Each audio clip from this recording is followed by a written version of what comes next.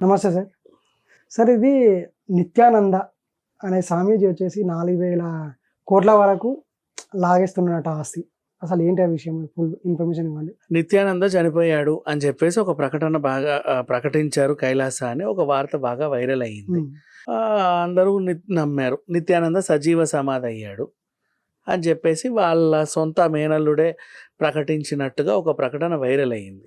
దానికి వెంటనే కైలాస స్పందించింది, అబ్బే మీరు ఇలాంటివన్నీ నమ్మకండి, అసలు నిత్యానందకి ఏమీ అవ్వలేదు, నిన్నే ఉగాది రోజు లేచి కూర్చొని యోగాలు చేసేసి ప్రసంగాలు ఇచ్చి మమ్మల్ని అందరినీ ఉత్తేజపరిచాడు, అద్భుతంగా ఉన్నాడు, ఇదిగో ఈ ఫోటో చూడండి, ఆయన ఎంత ఆనందంగా ఉన్నాడో, ఆరోగ్యంగా ఉన్నారో అని ఒక ఏదో ఫోటో విడుదల చేశారు. అందులో ఆయన సాక్షాత్తు ఏదో అసలు వెంకటేశ్వర స్వామి దిగి వచ్చినట్టు ఒక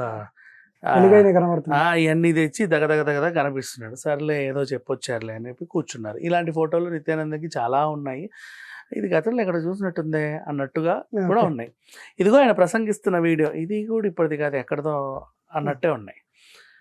సో నిత్యానంద యాక్చువల్గా చనిపోయాడు అనుకొని 2 years back or 3 years back నేనే ఏదో ఛానల్లో చెప్పాను. నాకు అనిపించింది అప్పుడు, అంటే కొంచెం పోయాడు కరెక్టే కానీ ఎక్కడ అసలు పాత వీడియోలే కనబడుతున్నాయి, కొత్తగా అసలు ఏ అప్డేట్ లేదా. కైలాస గురించి ఏమో ఇన్ఫర్మేషన్లు వస్తున్నాయి, అక్కడ నుంచి మాకు ఐక్యరాజ్య సమితిలో గుర్తింపు కావాలని మహిళలు వెళ్తున్నారు.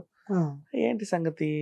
ఏమన్నా దారిలోనే వీడిని వేసేసి ఆ డబ్బంతా తీసుకొని వీళ్ళు వెళ్ళి ఆ కైలాసాన్ని ప్రకటించుకొని వాళ్ళే పంచుకొని నిత్యానంద లేని నిత్యానంద ఉన్నారన్న భ్రమలో జనాలని నమ్మిస్తూ వాళ్ళు వాడుకుంటున్నారా, ఇట్లాంటి డౌట్లు బోల్డ్ వచ్చాయి.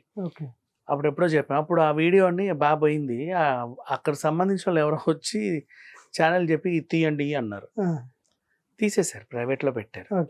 ఆ ఛానల్ ఎవరో మొన్న మర్చిపోయి ఇప్పుడు విడుదల చేసుకోవచ్చు దాన్ని.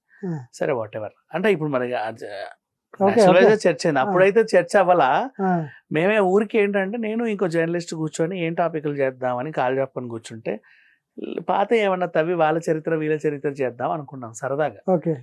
అలా చేసినదే బాగా పోయింది యాక్చువల్లీ. ఇప్పుడు నిజంగా వైరల్ అవుతుంది.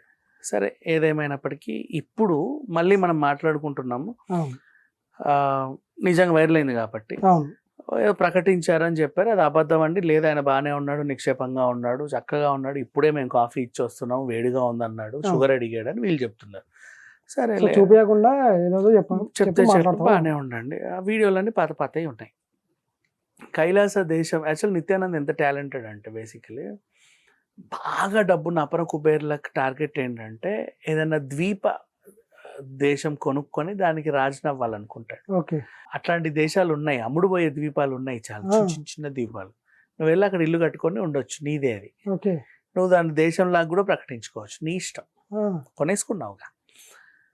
ఆన్ సీస్ చాలా ఉంటాయి. ఈయన ఎప్పుడో ఆ బొలీవియా సరిహద్దుల్లో ఎక్కడో ఈక్వెడార్ దగ్గర ఒక చిన్న ప్రాంతం ఏదో ఉంటే కొనేసాడు.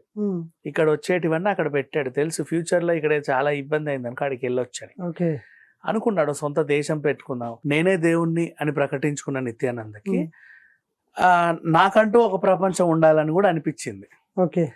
ఫ్యూచర్లో ఒకవేళ నిజంగా ఒక గ్రహం అమ్మకానికి ఉండి అక్కడ కూడా మీరు బతకొచ్చు అంటే కొనేవాడేమో, చెప్పలేవు. ప్రస్తుతానికైతే ఇక్కడ ఒక ద్వీపంతో ఆగిపోయాడు.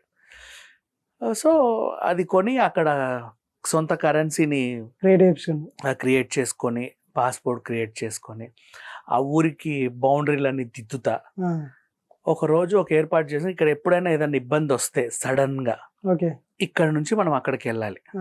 అక్కడ టింగ్ అంటే వెంటనే నౌకదోలేవాడు రెడీగా ఉంటాడు, వాడు అక్కడ నుంచి దొడ్డిదారులు అక్కడ తీసుకెళ్తాడు. అక్కడ ఆ టైంకి ఈ పెద్ద షిప్ వస్తుంది, వాడు దాన్ని ఎక్కిస్తాడు. అక్కడ నుంచి మనం మన కైలాసాకి వెళ్ళిపోవచ్చు. గుర్తుపెట్టుకోండి.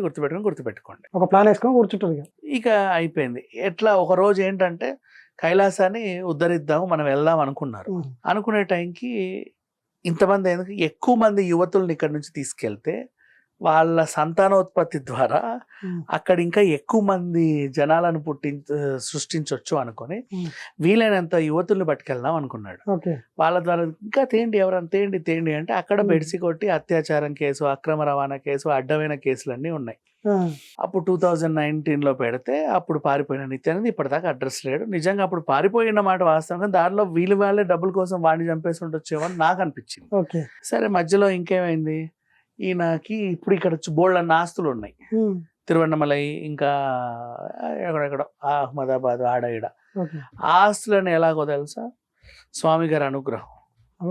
నన్ను చూడాలంటే మీరు మా ఆశ్రమానికి వచ్చి ఇక్కడ ఉండాలి. ఉమ్, ఇప్పుడు మనకి అభిషేకం, కళ్యాణం లాంటి పెద్ద పెద్ద పూజలు ఉంటాయి. అవును. ఇప్పుడు నేను నీకు అపరా భక్తుడిని నిత్యానంద, అసలు నువ్వు లేనిది నేను లేని, నేను లేని నువ్వు లేవు అవును. అనే ఒక భక్తుడు ఉంటాడు. అవును. నీ కోసం నేను ఇచ్చే వరం ఏంటో తెలుసా, నేనే నీ ఒడిలో ఉండేలా ప్లాన్ చేసుకుంటా.